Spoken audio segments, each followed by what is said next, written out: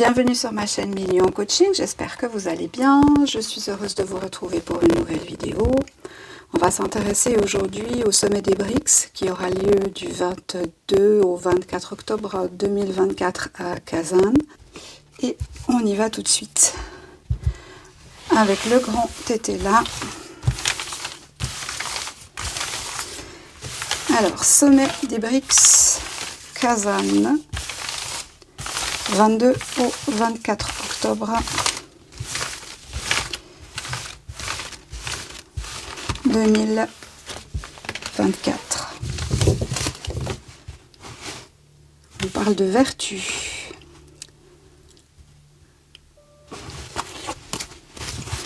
Vertu, tiens, quelque chose de vertueux. Ok, je prends note.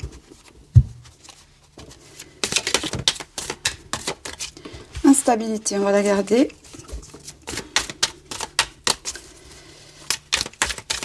Instabilité.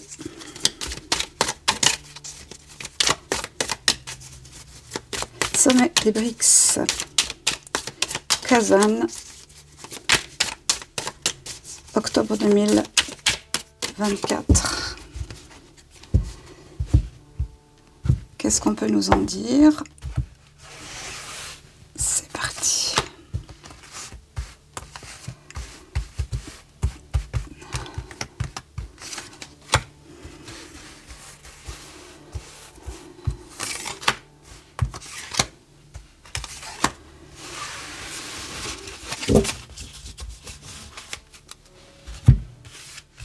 J'espère que vous... Qu'est-ce que j'ai fait comme ça?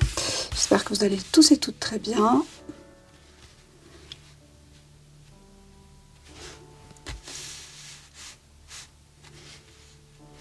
Voilà.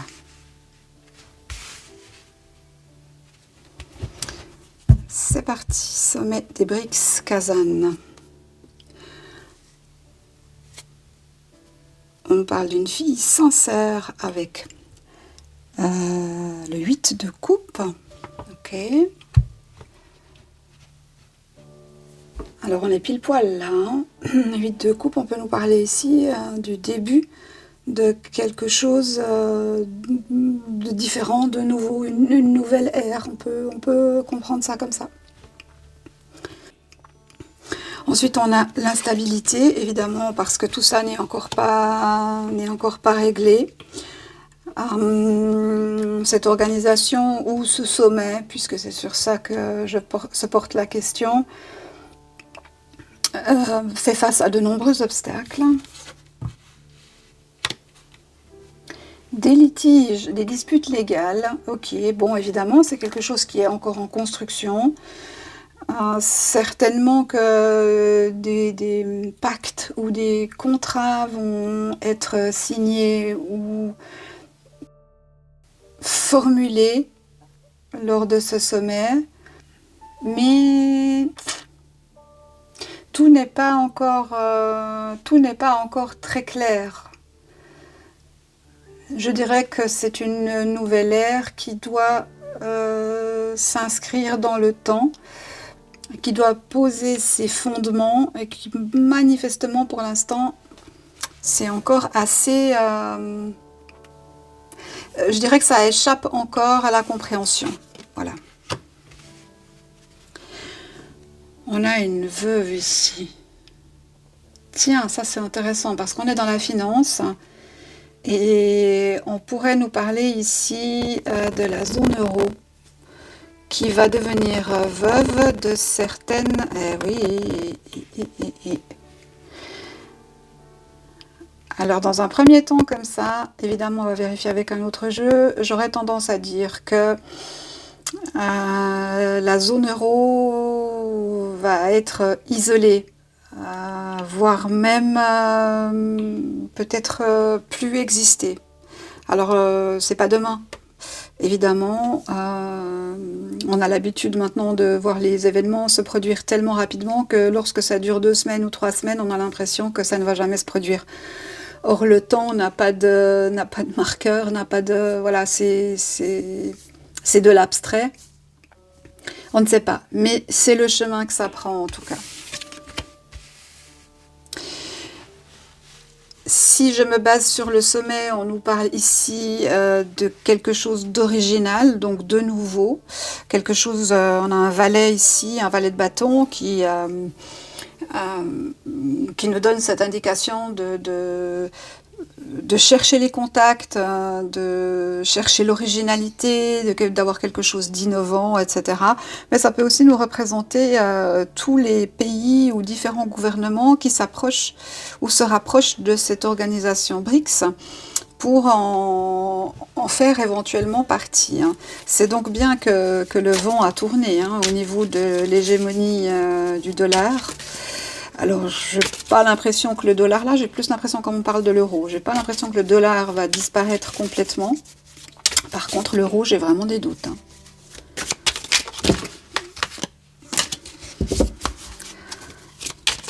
Alors, on continue.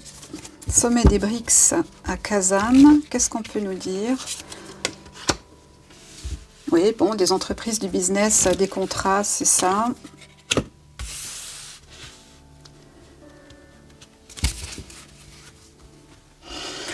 Alors, on a la carte des vérités. Je dirais ici que ça fait référence à côté du litige. Alors, certains pourraient se faire remonter les bretelles, dans le sens... si vous voulez adhérer aux BRICS, eh bien, il va falloir cesser tel ou tel comportement, par exemple. J'extrapole. Mais on pourrait aussi nous indiquer que, suite à ce sommet, quelque chose de véritable, des vérités vont sortir, et peut-être l'information que... de nouveaux membres sont intégrés dans l'organisation. On nous parle de naissance, donc c'est encore quelque chose qui est à l'état de bébé, mais qui est bien là.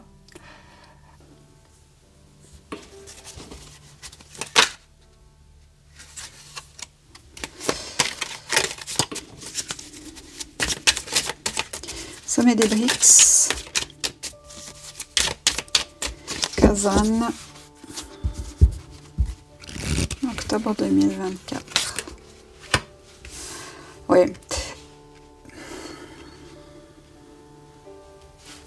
C'est intéressant parce qu'ici on a la naissance et là on a le veuvage. Et si je me base sur ce que j'ai dit tout à l'heure, j'aurais tendance à dire que les BRICS étant nés, l'euro va devenir seul, veuf. Le peuple français va devenir veuf de son... Non, le peuple européen va devenir veuf de son euro. Voilà. En soi, de ce que je comprends, beaucoup de pays souhaiteraient revenir à leur monnaie nationale. Mais tout le monde est bien conscient que ça pose d'énormes problèmes de quitter cette zone euro et que sans cette monnaie unique, ça n'est pas gérable. Manifestement ici, il y a des mouvements au niveau de la justice ou de la légalité afin de peut-être contrecarrer ça.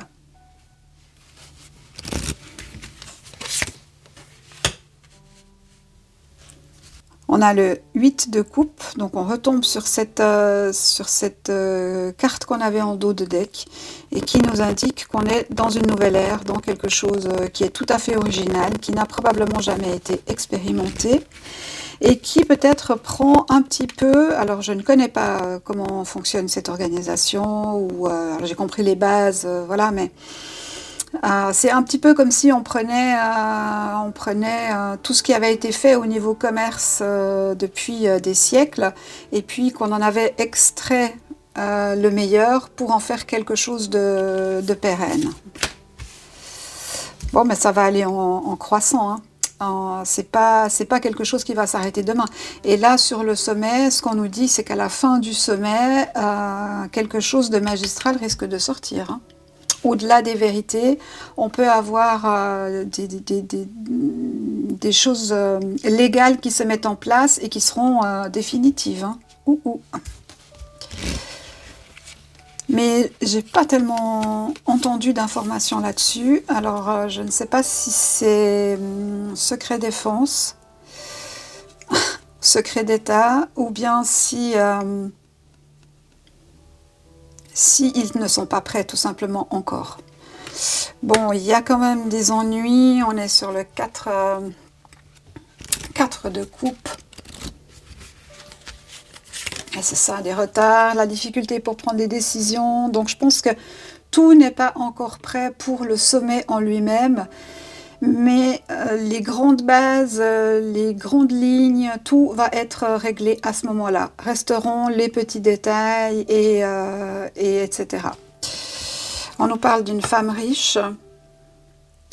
Moi, ici, j'y vois la Russie.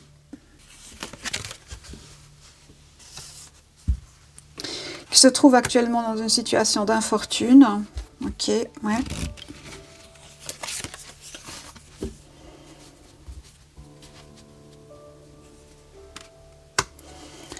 Qui a mis en place des choses, qui a initié des démarches pour sortir des difficultés.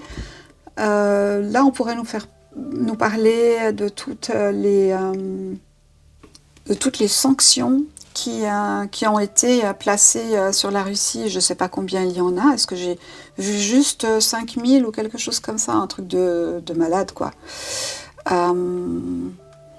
Et malgré ça, elle a réussi à s'enrichir dans le sens, elle a surmonté cette épreuve qu'on lui a imposée, et puis la malchance de laquelle elle s'est trouvée alors qu'elle était en train de développer ce programme ou ce projet BRICS. Hein. Assez clair le jeu quand même. Hein. Ah oui, forcément. Hein. Là où il y a de l'argent, il y a des espions. Là où il y a des beaux projets, il y a des espions.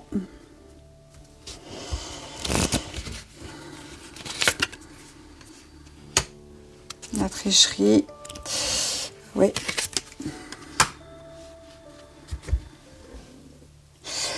Des espions, de la tricherie au niveau de l'argent. On est sur le signe du taureau, tout ce qui est la terre, l'argent, etc.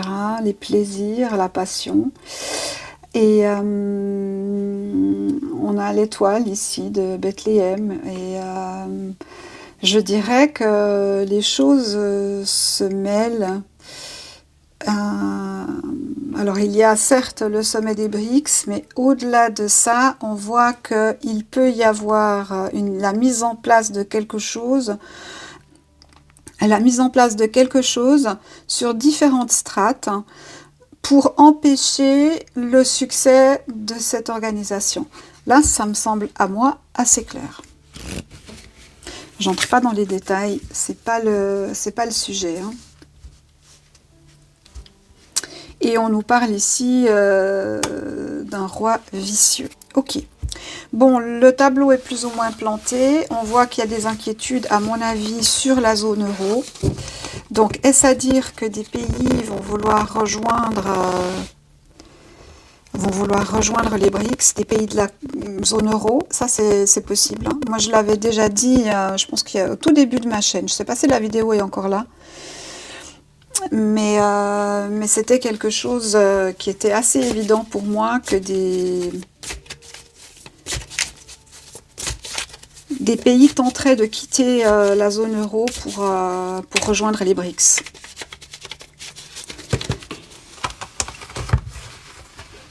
On va demander à l'oracle O, qu'est-ce que lui peut nous dire sur ça?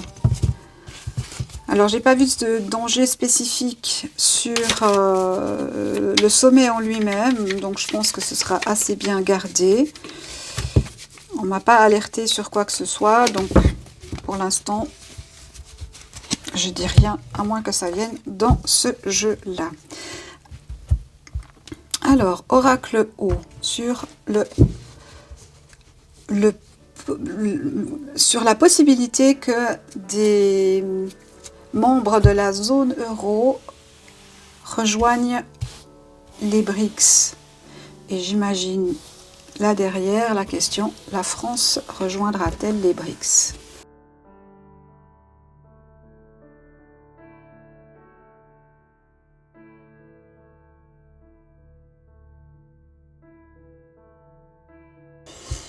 Alors pour l'instant c'est la nuit, donc soit c'est caché, soit on nous le dit pas, soit il y en a qui fantasment là-dessus, qui en rêvent, qui aimeraient se libérer de la tâche qui les retient, mais c'est encore au stade du rêve pour l'instant, ou du fantasme pour certains. En tout état de cause, c'est cyclique. Donc est-ce qu'il y a ici à attendre la fin d'un cycle? Chaque pays a quand même encore quelques règles qui lui sont propres. Alors, on nous parle de danger. Là, je suis sur de l'économie, hein, donc économie, géopolitique, financière. Alors, je dirais danger à aller trop vite ou à monter trop vite, trop haut. Et oui, et oui, et oui, et oui, c'est bien ce que je disais, c'est-à-dire que ceux qui sont engagés par contrat envers la zone euro ne peuvent pas, comment je vais dire, sous peine de recevoir de fortes amendes, ne peuvent pas quitter la zone euro. Et c'est problématique parce que la zone euro, semble-t-il, met en danger certains pays.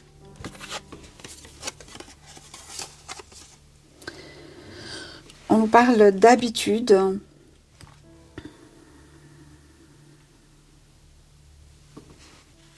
Ok, je laisse.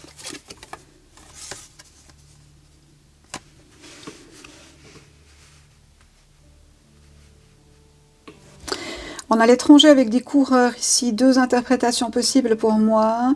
Soit ici on nous parle d'immigration, soit alors on nous parle de pays extérieurs à la France qui souhaiteraient rejoindre l'organisation des BRICS et qui aimeraient vraiment, vraiment, vraiment rejoindre cette organisation et qui pour l'instant ne peuvent pas, elles sont coincées dans un cycle duquel ils ne peuvent pas sortir. Ils ont l'impression d'avoir couché avec l'ennemi, donc de s'être fait avoir d'une certaine manière. Hein. Le viol, c'est un abus de confiance, un abus de pouvoir, un abus d'intégrité. Et je dirais, sans avoir de nom spécifiquement, mais honte, Hongrie, on pourrait le dire comme ça. On a le H plusieurs fois, ça vaut ce que ça vaut. On pourrait y voir ici la sensation que les pays se sont spoliés, pour le coup. La carte viol est peut-être trop forte, mais spoliés. Ouais, humiliés parce que séchés de leur richesse, en fait. Ouais. Sous couvert d'aider tout le monde, eh bien, cette organisation, je dirais diabolique, maléfique, dirigée par des entités avides,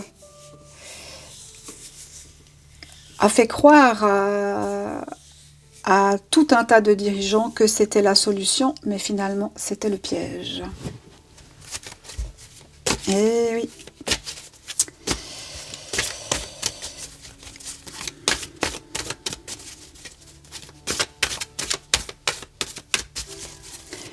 Alors, est-ce qu'on peut me dire si la France pense à ça? Moi, j'ai pas l'impression de ce que je vois ici. Non, la France, elle continue à perdre son argent et à créer de la dette. Alors, pourquoi est-ce qu'elle continue à créer de la dette? Moi, de ce que je comprends, ça permet de laisser la main aux prêteurs, donc à ceux qui financent les emprunts. Et du coup, c'est une façon détournée de donner autorité sur un pays à des entités étrangères. Moi, c'est comme ça que je le comprends. C'est très basique. Je ne sais pas comment vous percevez la chose, mais voilà. Bon, ben, alors certains pays veulent arrêter ça. Ça, c'est clair. Ouais.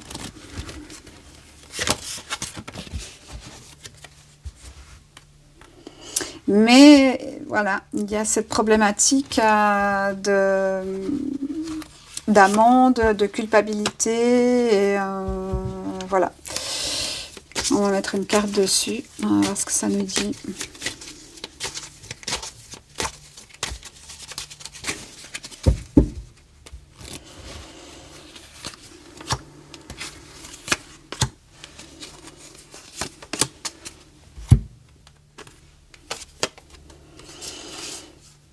Ouais. Arrêtez de nous bananer, arrêtez de nous raconter des histoires et puis de nous chanter votre sérénade, on est mieux tous ensemble, et blabla, et blabla, rien à voir. Hein. Tout ça, c'est évidemment un coup magistral fomenté, eh bien, on sait par qui maintenant. Et en fait, ces pays se sentent coupables, même s'ils ne l'avouent pas. Hein. Évidemment, je prends la Hongrie parce que j'avais le H, la honte, etc. Donc je fais une analogie entre les deux, mais qui n'a pas de fondement.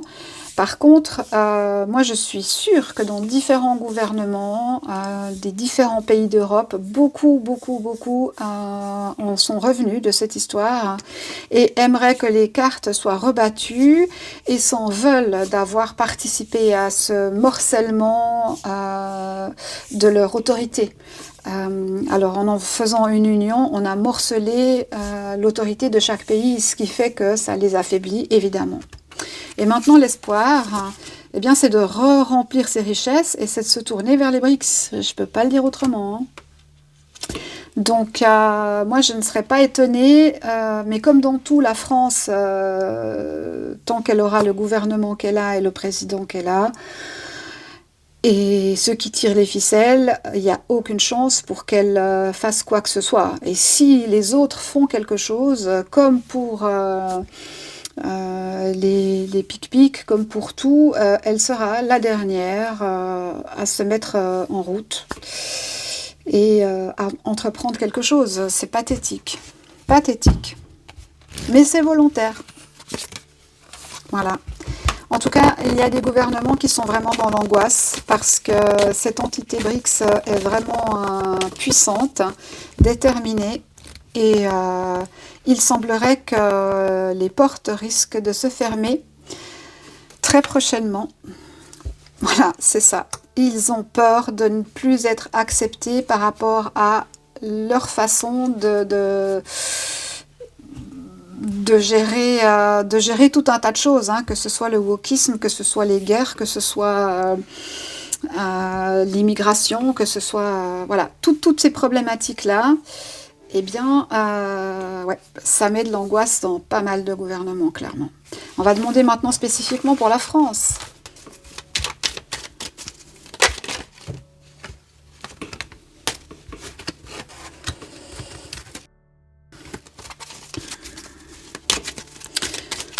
Qu'est-ce qu'on peut nous dire sur les finances de la France? On va ouvrir, on va faire quelque chose d'un peu plus large et on va voir ce qui sort.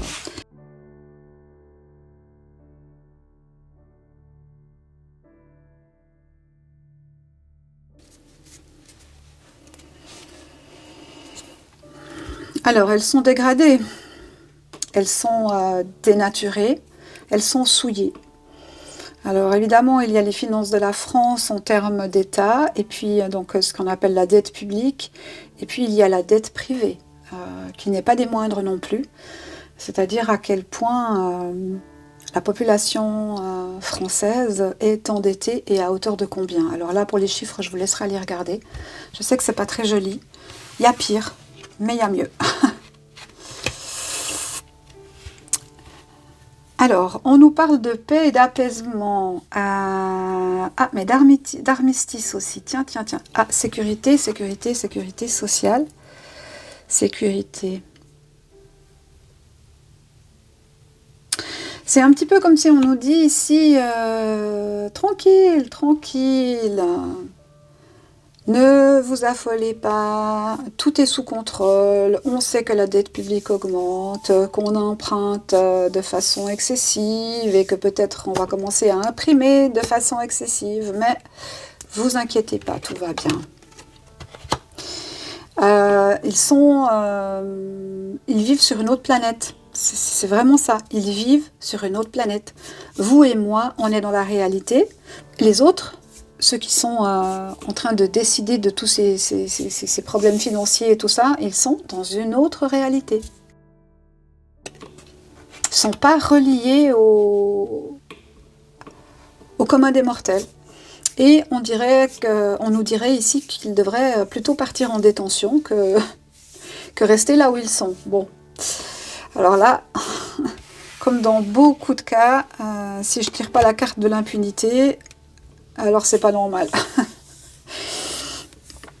On nous dit évidemment qu'il y a des discussions sur le choix de la direction à prendre. Mais on nous parle aussi de détours.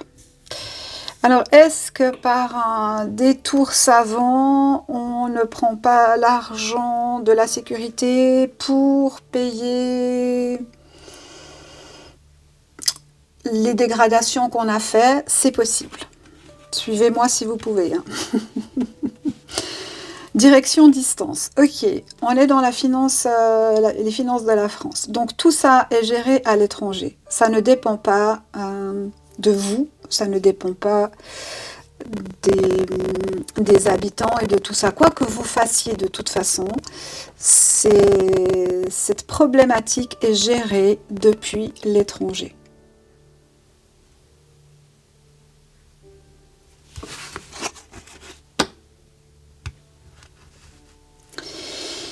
Et on vous fait croire que en rabotant sur telle et telle chose, en vous donnant un chèque Y ou un bon Z ou voilà, eh bien que ça va vous aider ou ça va voilà. Mais la situation va se dégrader, c'est clair et net. Hein. La situation va se dégrader et on nous dit priez, priez. Tout ça va mal se terminer, c'est sûr. À quel point, on verra. Alors, finances de la France. Est-ce que la France chercherait volontairement à écrouler sa monnaie pour adhérer au BRICS? Ça pourrait être quelque chose, ça. On nous parle du temps. Ouais, oui, ça fait longtemps que ça dure. Hein. 1789 peut-être.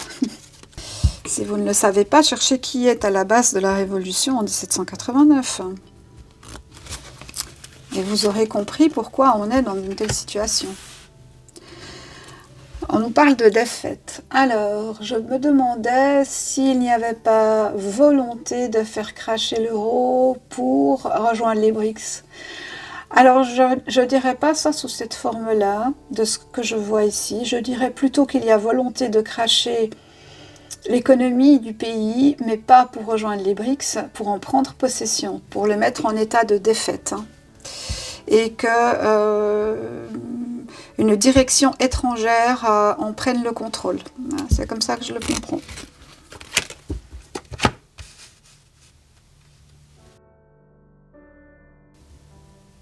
Alors là, on a une carte qui est quand même assez forte dans ce contexte-là. Alors, est-ce que c'est la mort de l'euro? C'est pas impossible. Hein. Ouais. C'est probablement de ça qu'on nous parle. Hein. Alors à quelle vitesse, quelle rapidité, quand, j'en sais rien du tout. Vous voyez le temps que prennent les choses quand elles sont à ce niveau-là. Ça peut aller très très vite, ça peut se dégrader très très vite. Mais là, manifestement, ceux qui tirent les ficelles à distance sont assez satisfaits de voir que ils n'ont plus de concurrents en fait. Hein. Voilà. Ah oui. Toute la richesse du pays est détenue à l'étranger. Et eux vous donnent l'impression que vous êtes toujours en train de gérer quelque chose, or pas du tout. Alors, comme on l'a vu tout à l'heure, bien sûr, certaines personnalités politiques, certains Français, certains habitants de la France souhaiteraient que la France rejoigne les BRICS mais ça reste du domaine de la réflexion et de l'analyse. Ça n'est pas quelque chose qui est passé dans le concret. Et de toute façon, les finances publiques ne le permettraient sûrement pas, hein.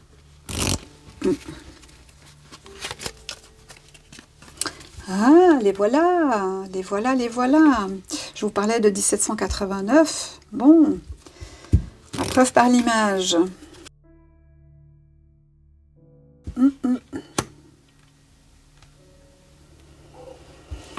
On se moque de vous, de nous, de moi, des gens qui font la richesse de ces pays, et que d'autres à l'extérieur viennent spolier sans vergogne, hein, en nous envoyant des maladies, des accidents,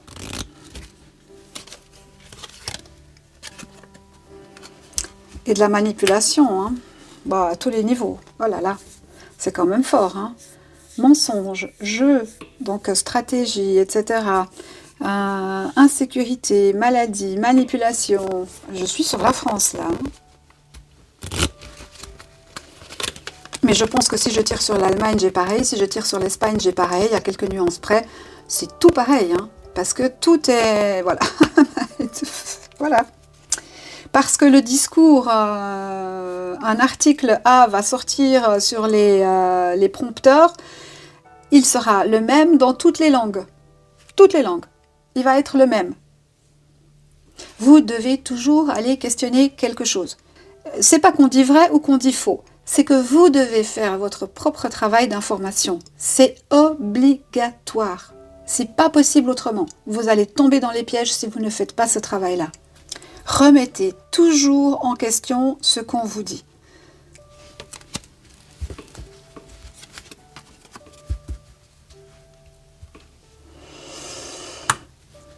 On tire la carte de la vie, la naissance de nouveau, hein.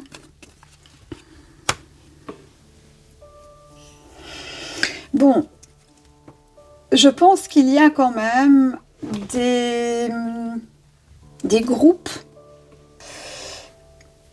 qui essayent de combattre un petit peu toute cette catastrophe-là, vraiment catastrophe. Mais c'est sur le long terme, quoi. C'est au début, parce qu'évidemment, il a fallu qu'on prenne conscience, hein, que ces gens-là prennent conscience de ce qui se passait, parce que jusqu'à maintenant, on était tous... Ah, faut pas se leurrer quand même, hein, il y avait quelques éveillés, mais on était tous quand même relativement enfermés dans le système et plutôt passifs que actifs. Alors que maintenant, on se réveille, on voit... On n'est pas... Enfin, si vous voyez la carte et que je vous dis que c'est le jeu de haut, vous allez bien voir que ce n'est pas le jeu de haut. Donc, croyez ce que vous voyez de vos propres yeux.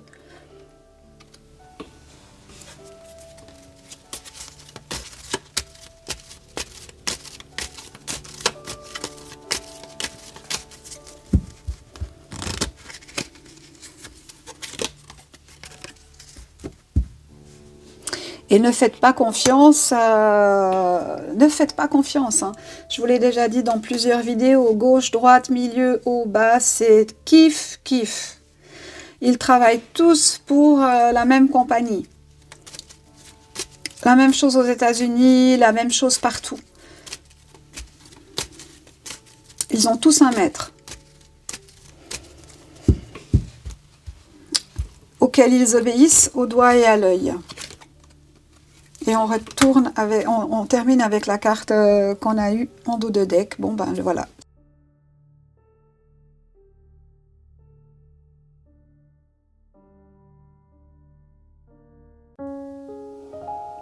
Merci d'avoir visionné cette vidéo. Merci pour vos likes, vos partages, vos commentaires. Ça aide au référencement. Et si vous êtes intéressé par mes oracles, eh bien vous avez la possibilité de commander l'oracle tournesol ou l'oracle orientis ou les deux selon vos souhaits en vous rendant sous la description de la vidéo et en cliquant sur le lien makeplayingcards.com. Merci, à bientôt.